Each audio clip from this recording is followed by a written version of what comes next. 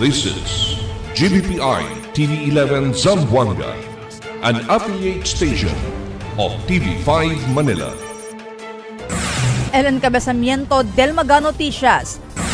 DSWD más de 2 milyon ayuda ya dali na mga biktima de avenida na tumaga. Habagat ya menoraya este tiempo. Camino na buwalan pa entrada Zambuud bien tormento.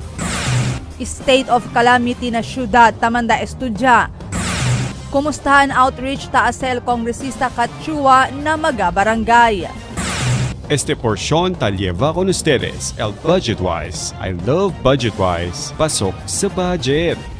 Y ahora, el número 1 noticias de Chabacano. Este es Dateline Zamboanga.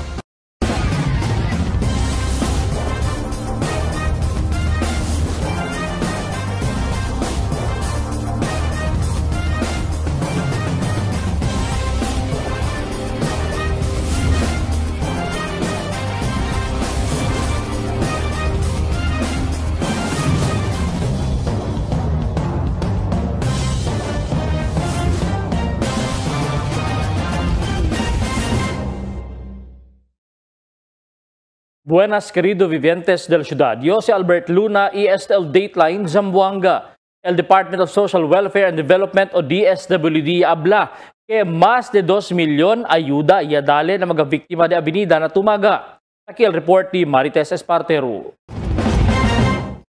Parte del responde del Department of Social Welfare and Development o DSWD por medio del Disaster Response Management Division o DRMD is City Social Welfare Development Office.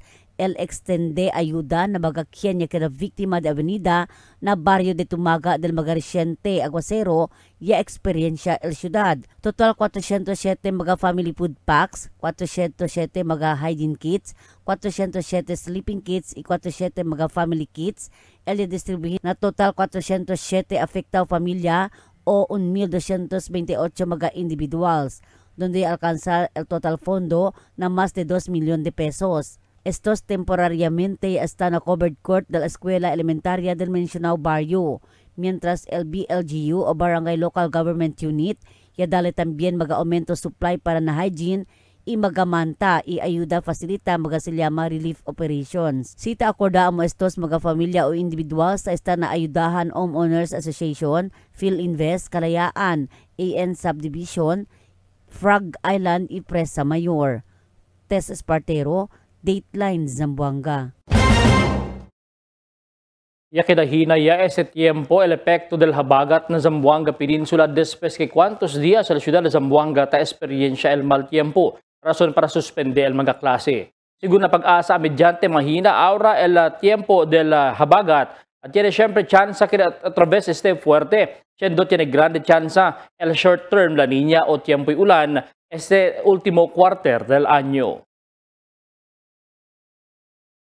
Apadese, mga motorista y vivientes alina buwalan entrada sa Zambuud, takida bien malodo y maagwa si takay ulan. Inates aga mga tricycle y motorsiklo takida na malodo y mga vivientes ta tormenta travesa con el lugar. El barangay Abuna de Tierra iya manlimas con el agua para hindi iya kida malodo el lugar. Ina-unside lang del camino el pasable. Ese lugar ya tarde el problema, pero hasta este tiempo no hay pa siempre busca solución el barangay y el gobierno local. Mientras tanto, state of calamity na syudad, Tamanda Estudya na konseho o el konseho lokal. Aquí el report ni Marifita Mayo. Yaman sponsor resolution el Consel del Distrito 1 Attorney Gian Paulo Enriquez Keta PD na Zamboanga City Disaster Risk Reduction and Management Office para estudya si posible ba pone bajo na estado de calamidad con el ciudad de Zamboanga. Este después el seguiditos mal tiempo ta experiencia el ciudad y resulta na incidente de avenida na cuantos mga barrio incluido el Tumaga. El mga konsehales ya suporta con este resolution. A resolution addressed to the City Disaster Risk Reduction Management through his office, the mayor, through his honor, the mayor, to earnestly make an assessment as to the possibility of declaring a state of calamity in the city of Zamboanga. Asungon con el concejal del Distrito 1, el King Umaga, más pronto puede usar el barangay con el 30% del 5% Quick Response Funds di ila para ayuda con mag-aafektaw na kalamidad. Pero tiene según proseso que debe seguir antes puede pone bajo na estado de calamidad con un lugar.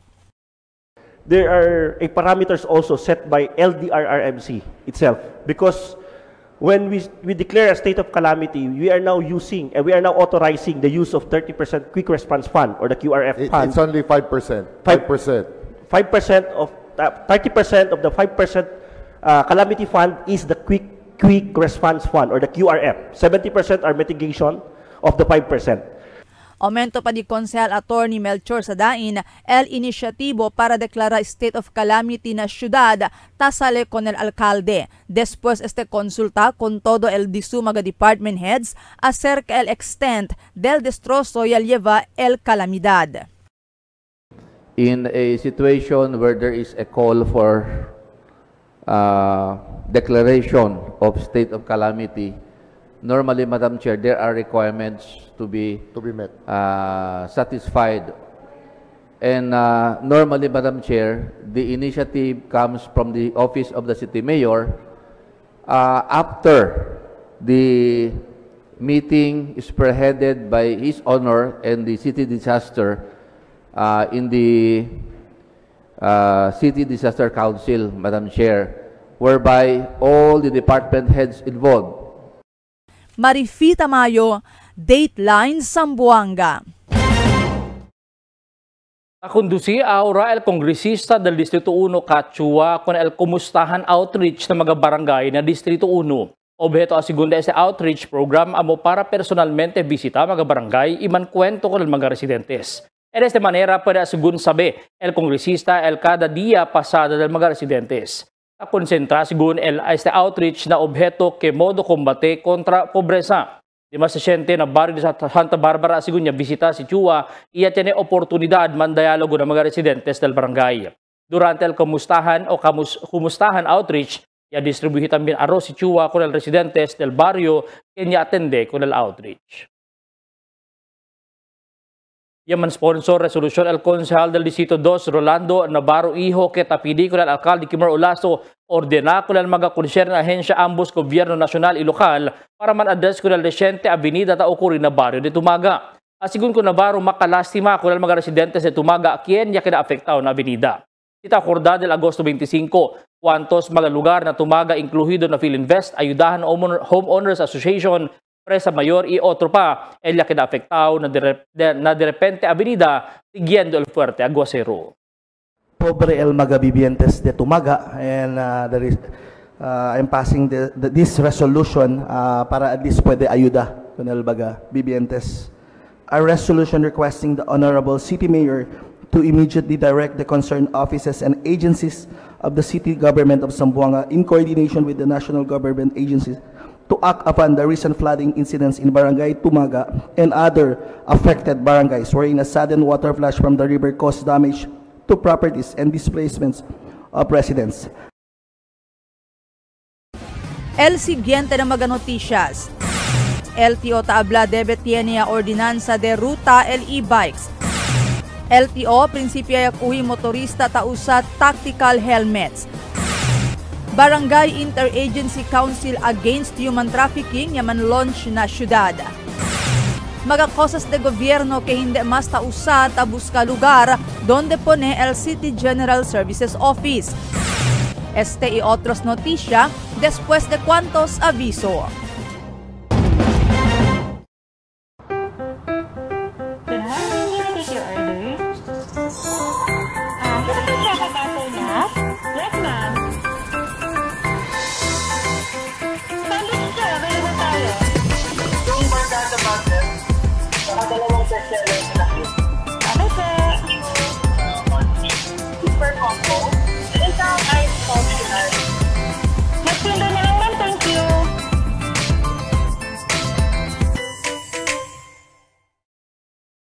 For 20 years, we brought you the best deals and delightful service across Zamboanga Peninsula.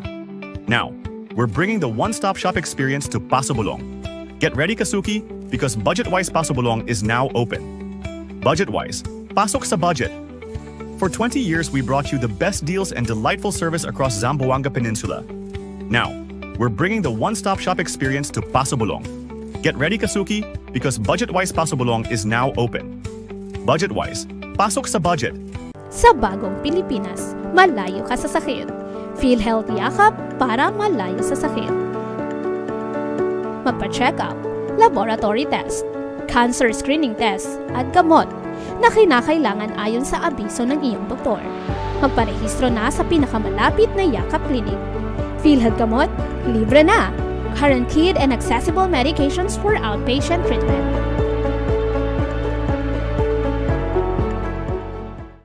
Taste it with some good quality macchiato. We got your back. Dunkin' Iced Coconut Macchiato.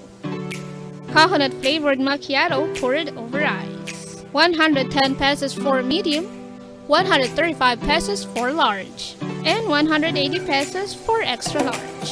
Drink as much as you can with our new Dunkin' Iced Coconut Macchiato. Brought to you by Dunkin', pasalubong ng bayan. Mix and match with your Dunkin' favorites. With our newest donut bundles, you can choose from classic to premium donut bundles. Charm. For only 210 pesos, you get 3 premium donuts, 3 classic donuts. Delights. For only 379 pesos, you get 3 premium donuts and 9 classic donuts. Famous. For only 399 pesos, you get 6 premium donuts and 6 classic donuts. Classics. For only 360 pesos, you get 12 classic donuts. Awesome. For only 549 pesos, you get 8 premium donuts and 8 classic donuts. Supreme. For only 559 pesos, you get 3 premium donuts and 15 classic donuts. These are all our newest donut bundles of Charm. This has been brought to you by Dunkin', pasalubong ng bayan. Unlock refreshing moments. Drink without limits. Dunkin' Frozen Series. You can try and taste our frozen guava, frozen lychee, and frozen white coffee for only 100 pesos 16 ounce. Escape the heat with our Dunkin' Frozen Series. Only here in Dunkin', pasalubong ng bayan. Cada día, lunes hasta sábado, te presentan con ustedes la radio y televisión, el programa del Ciudad de Zamboanga. Este es Dateline Teleradio, 3 horas cada día. Taman junto con ustedes, mga veterano y respetado anunciador y comentarista, que hay guía el discusión del día, na mga asunto que tiene a hacer con la ciudad y el mga vivientes aquí. Este es Dateline Teleradio. Aquí na GBPI TV11 y na 95.5 Magic FM. Noticias, entrevistas y mga reports junto con el de aton mga compañeros y compañeras afuera. Este es Dateline Teleradio. Queda informado, sabe el más reciente noticias, el mga suceso que te ocurrí aquí na de aton ciudad y na mga cercano lugar. Todos te aquí na Dateline Teleradio. El LTO o Land Transportation Office ta Abla debet tiene ordinanza el ciudad para del ruta del mga e-bikes. Aquí el report. Ya confirma el jefe del Operations Division del LTO Regional Office 9, Reynaldo Bilang, que ya mira ya sila el problema del ciudad de Zamboanga por causa la presencia del manada electric tricycle o e-bikes. Ita aumenta pa con el problema del tráfico na mga main highways y city roads junto con el automotorista que bien delicado. Asigun kun Bilang, por causa con este problema, ya ordena dayon el Regional Director del LTO9 para conduci operasyon y ayuda con el gobyerno lokal na problema de tráfico takaw sa este mga e-bikes. Under the memorandum circular, that is really guided na all vehicle that is not registered Pwede yung mga e-bike, hindi pwede magtakbo. Kahit saan-saan.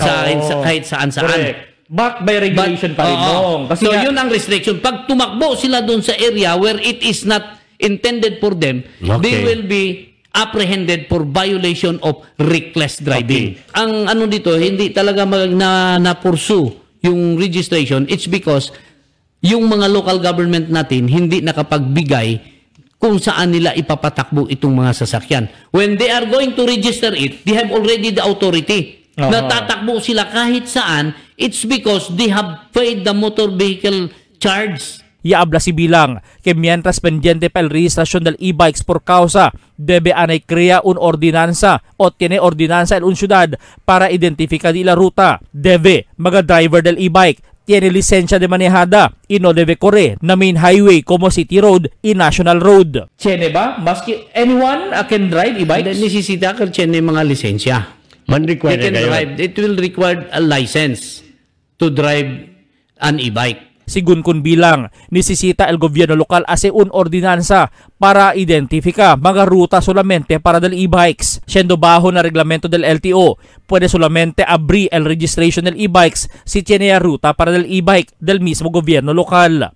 Na presente tiempo, no hay pa siguro identificado mga ruta na ciudad de Zamboanga onde puede solamente correr este e-bikes, pero na presente reglamento del LTO, prohibido sila correr na city road y main highway, pero puede solamente correr alin na mga barangay roads.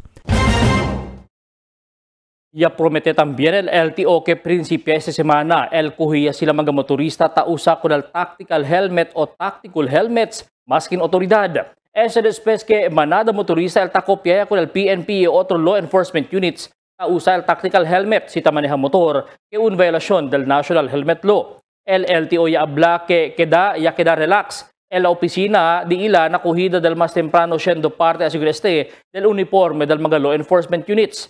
Pero sa tiempo, manade asgun kalila ta reklama, por eso mande sila con este kuhi. Barangay Interagency Council Against Human Trafficking yaman launch aquí na syudad. Aquí el report di Marifita Mayo.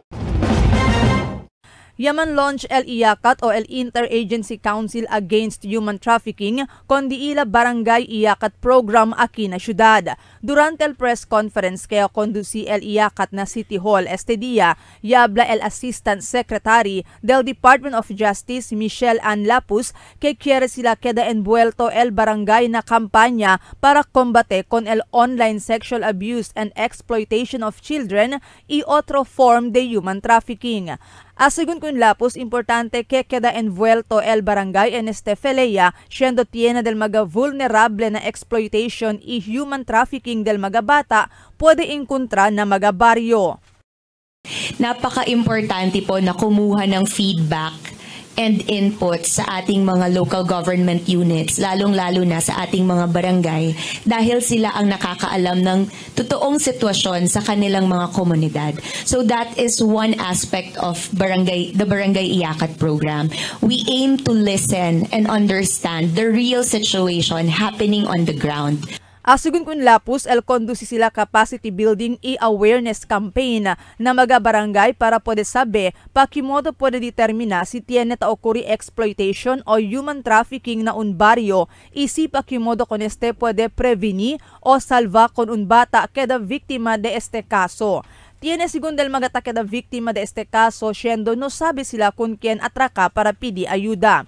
Na cuantos mga circumstansya no sabe el un bata o el víctima que queda yagale este víctima del exploitation o human trafficking, por eso bien importante el awareness campaign.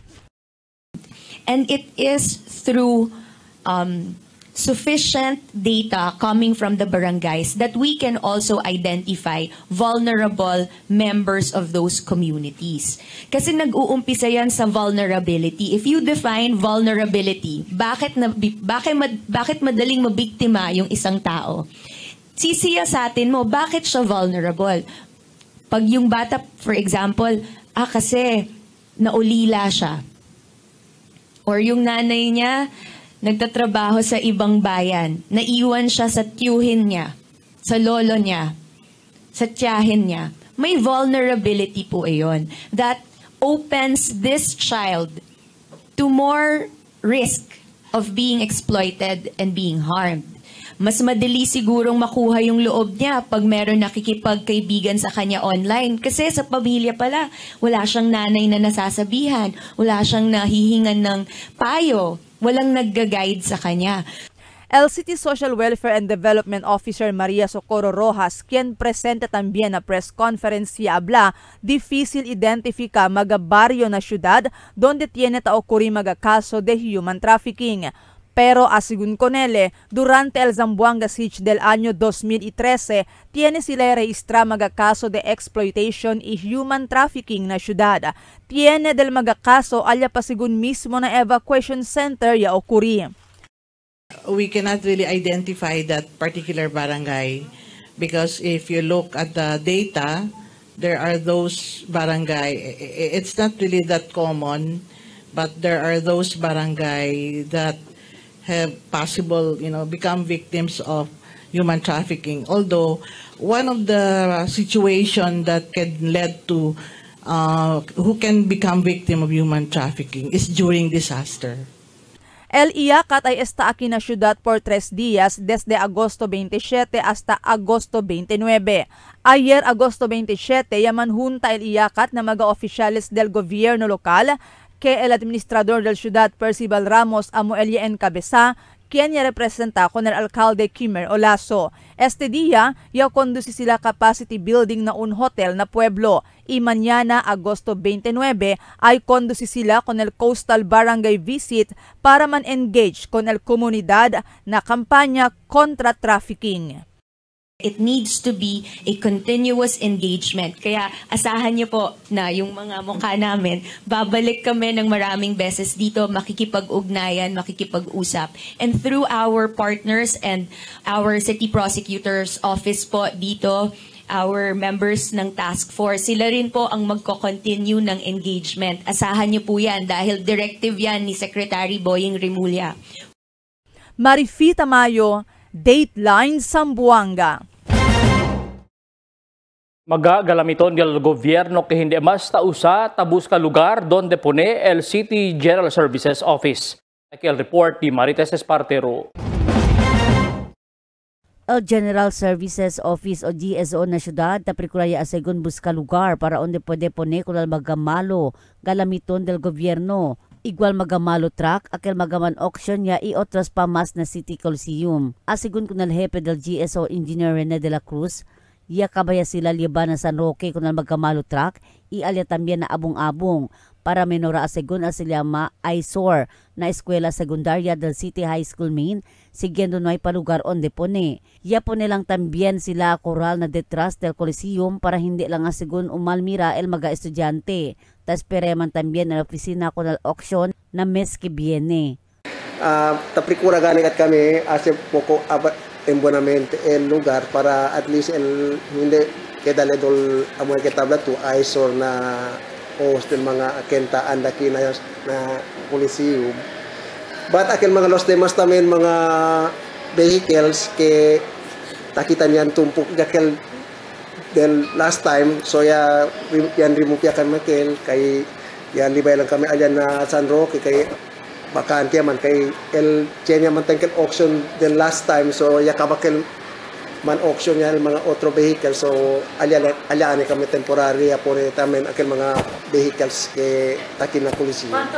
Si De la Cruz ya abla ya lebayaman asigun sila con el asunto na nuevo administrasyon siguiendo tatormenta también sila kay nuway mas lugar onde pone con el magamalo riqueza de gobierno. Ta prepare asigun sila lugar 1 para 2 hektarya para onde construir la oficina y pone con el magamalo riqueza de gobierno. Actually yan ano man yung si Mayor Kimer no so tamira kami lugar para si onde pwede kami planta el diamond mismo opisina no pati ese mga bodega gani para onde pwede man store ese mga ta-devolve mga unserviceable mga vehicles pati also mga otro mga city government properties kaya hindi nata pwede usas. Tess Espartero, Dateline Zamboanga. Good morning, can I take your order? Can I check out after that? Yes, ma'am.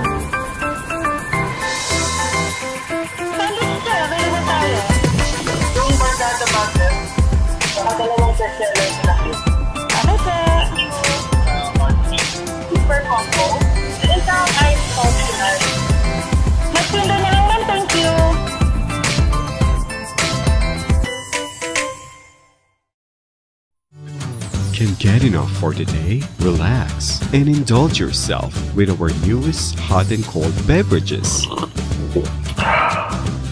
Cafe Americano and Cappuccino for only 95 pesos. Hot Choco for only 70 pesos. Spanish Latte for only 150 pesos. Iced Coffee for only 85 pesos. And 100 pesos for extra large. Iced Spanish Latte for only 140 pesos. And 165 pesos for extra large. Iced Choco for only 75 pesos. And 100 pesos for extra large. Try our new Dalandan flavor for only 75 pesos. Also available our creamy milk tea. We got classic, taro, and Okinawa flavors for only 125 pesos. Try our tropical fruit tea for only 105 pesos. We got mango and strawberry flavor. Grab yours now, only in Dunkin', Pasalubong ng Bayan.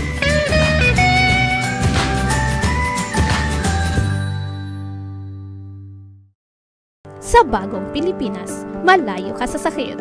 PhilHealth Yakap para malayo sa sakit.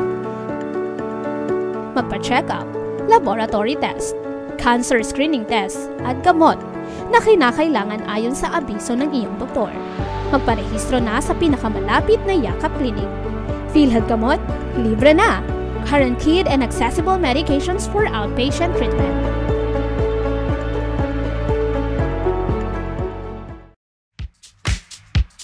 Toasted goodness. Perfectly extracted. Dunkin' Espresso. Also available, Dunkin' Iced Americano, Iced Macchiato, and Iced Mocha Latte. Only on Dunkin'. Mix and match with your Dunkin' favorites. With our newest donut bundles, you can choose from classic to premium donut bundles. Charm. For only 210 pesos, you get 3 premium donuts, 3 classic donuts. Delights. For only 379 pesos, you get 3 premium donuts and 9 classic donuts. Famous. For only 399 pesos, you get 6 premium donuts and 6 classic donuts. Classics. For only 360 pesos, you get 12 classic donuts. Awesome. For only 549 pesos, you get 8 premium donuts and 8 classic donuts. Supreme. For only 559 pesos, you get 3 premium donuts and 15 classic donuts. These are all our newest donut bundles of Charm. This has been brought to you by Dunkin', Pasalubong ng Bayan.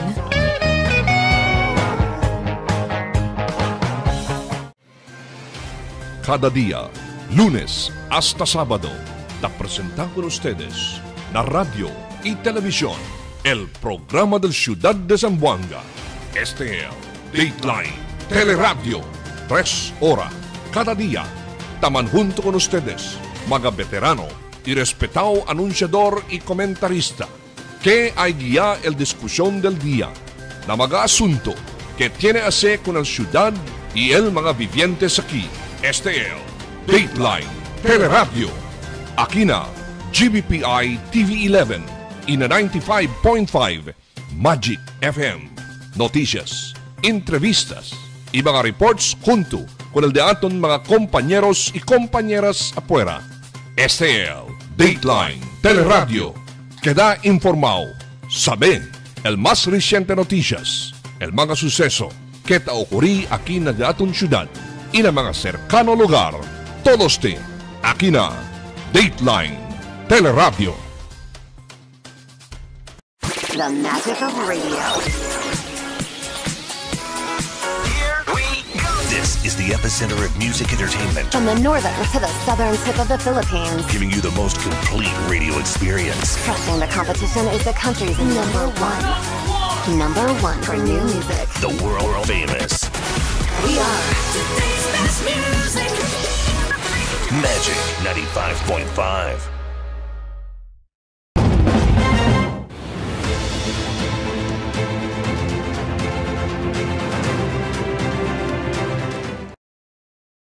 Tres pescador el muerto y uno el perdido na lamar de Sulu. Aquí el report di Emil Tuban. Tres pescador muerto y el uno perdido, y con el uno ya puede salvar la autoridad al Linamar de Sulu del otro día. Un 17 años menor de edad, él ya puede salvar la autoridad al Linamar del Barangay Sulari na Hulo Sulu. El tres ya murikanda Ismael Muhammad, Gerald Muhammad y si Oscar Arpa, y el uno ubandila si Jan Muhammad, ta está pa perdido. Así con el pulis mga biktima residente de sitio San Roque, Barangay Milbuk, Palimbang, Sultan Kudarat. Ia anda sila na Mar del Sulu para pesca. Así con el jovencito ya tarde sila ta pesca. Y 2 días ya pasa, ya tira kanila al armao persona, ya quema con el di la máquina. El pulis ta investiga con este incidente y ta procura saber si sa grupo envuelto con el matanza del tres mga pescador na lugar. Emil Tuban, Dateline, Zamboanga. El pulis sirvi warrant of arrest con un persona na San Ramon Prison and Penal Farm del ayer mediodía. El acusado si Romeo Saison, 49 años de Lower Daco, Mahayag, Zamboanga del Norte. El personaje sa Police Station 9 na Ayala ya sirvi el warrant of arrest con este acusado na violación del Section 14 del Republic Act 9165. Este acusado talia ta servicio sentensya na San Ramon Penal Farm na Talisayan. Un persona herido de tiro alina siyudad de Pagadian. Takil detalles na report di Emil Tuban. Un persona herido después con este tiral mga desconocidos sospechados alina Barangay San Pedro, Pagadian City ayer tarde. El personal de Labangan Municipal Police Station ya recibi report acerca del incidente de tiro alina Purok Liwa-Liwa, Barangay Tawagan Norte, Zamboanga del Sur.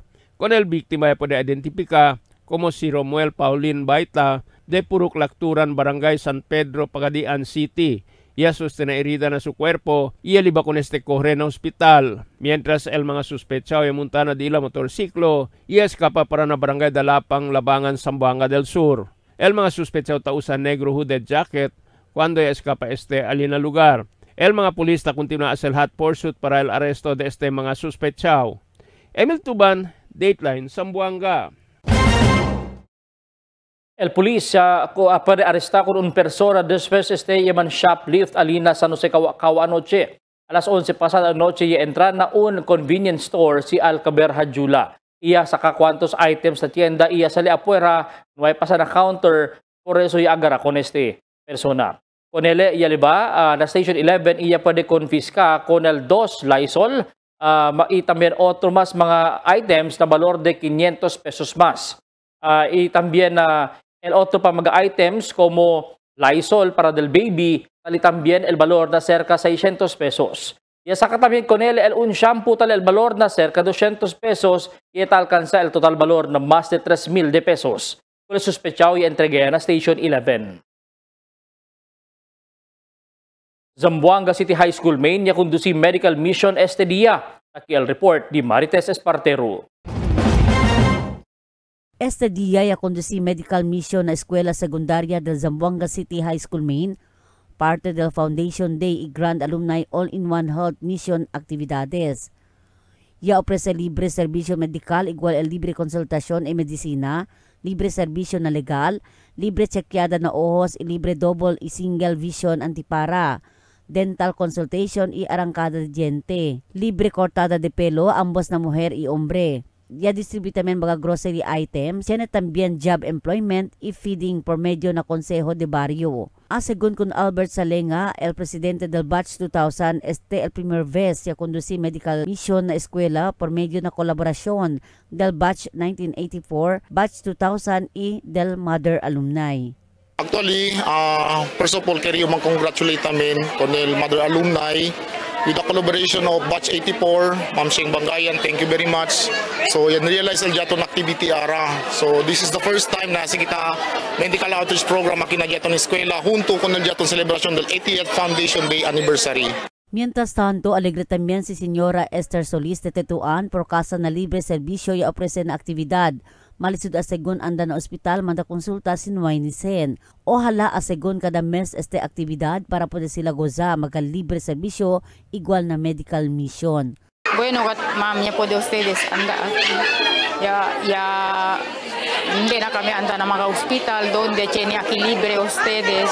Por eso ya puede kami andal, mga gente, mga vecinos diaton. Hindi nagasta ma'am libre sila todo, tiene mga medicina, todo sila libre ma'am. Asigun con el Administrative Officer del Escuela Pacifico de la Cruz Iho, pero con el Medical Mission mucho pa también actividades na escuela, siguiendo celebra también con el aka-80 año Foundation Day el Escuela. Este día vamos a celebrar el CTI el 80 years Foundation Day celebration, wherein era ya principio del 26 pa because of bad weather.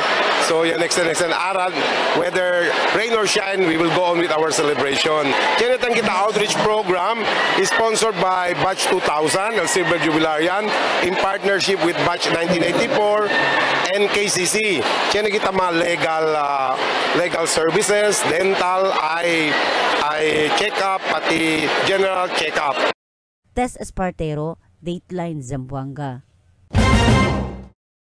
El Western Mindanao Command aquí na syudad de celebrar el Día aka-19 año founding anniversary alina quarter na Upper Calarian and Durantes Aga. Itiene tema el West Mincom 19 towards a stronger and safer tomorrow. Asigun na el antes West Mincom Commander Ken Nuevo lang iasumi na mas alto puesto como Commanding General del Philippine Army na entero país, Teniente General Antonio Navarrete Iho, amo el visita na aktibidad donde ele encabeza con el red laying del dambana ng mga kagitingan. Lo mismo y ofrece el 21 gun salute.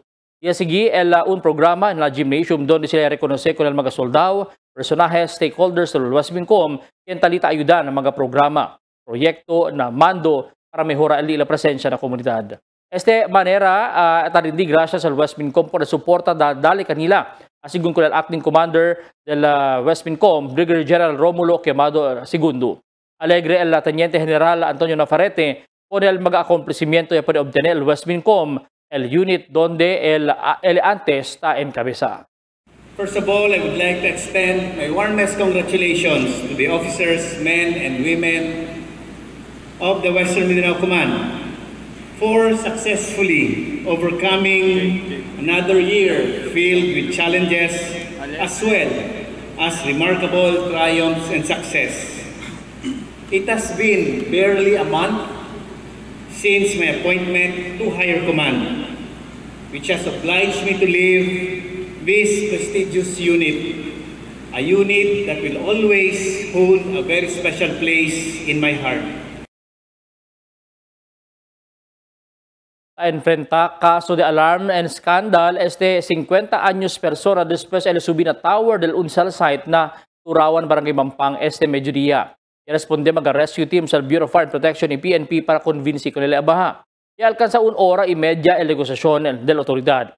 Con este persona después ella puede abajar na tower. El policía puede conocer con la sospechado como si alias Noel, residente del Mampanga. Con el según la polis, anda persona man blatter na Station 621 aga kaya amenasa con el sukunyaw kaya abaha na su casa su esposa. Posible depresión el causa de esta persona y porque ella subir a tower.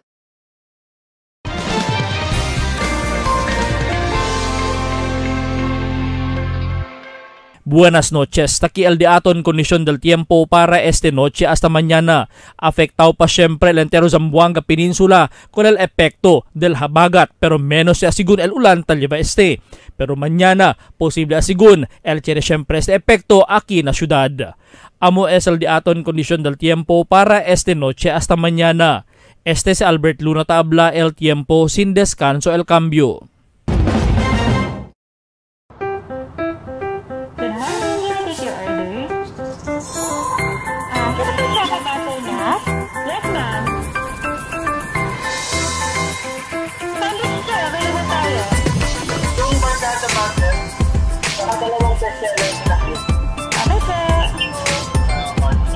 Super combo. Isang ice optional. Magsundo na lang ma'am, thank you. Tell me cuando.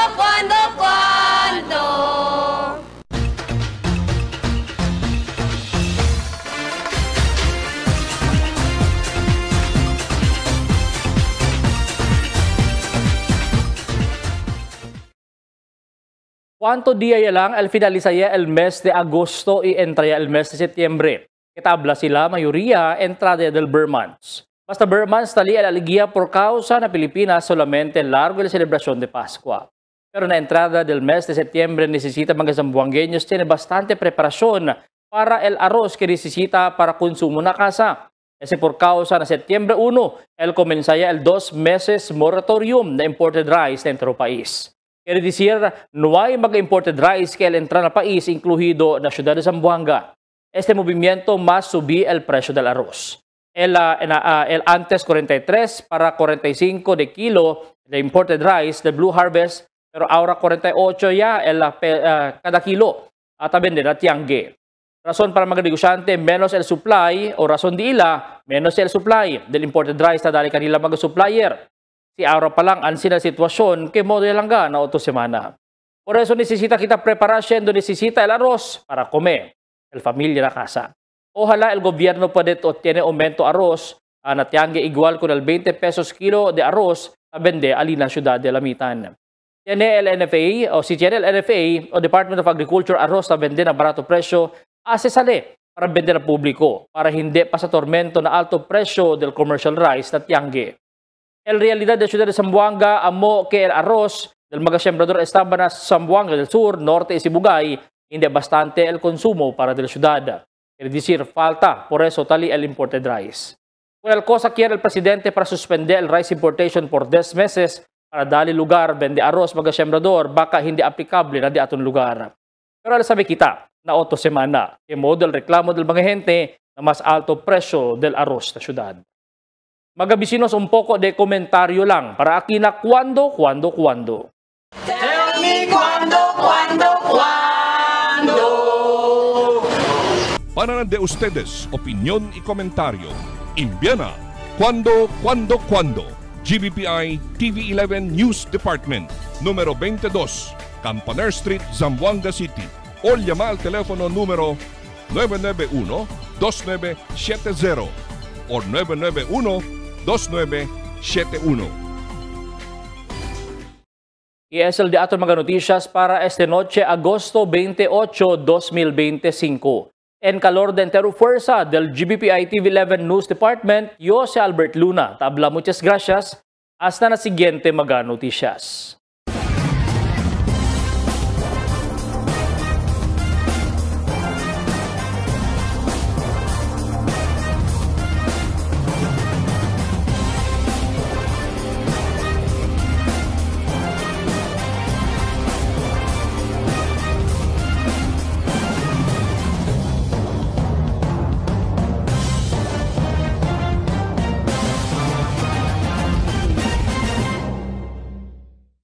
The magic of radio. Here we go. This is the epicenter of music entertainment. From the northern to the southern tip of the Philippines. Giving you the most complete radio experience. Crushing the competition is the country's number one. Number one for new music. The world famous. We are today's best music. Magic 95.5.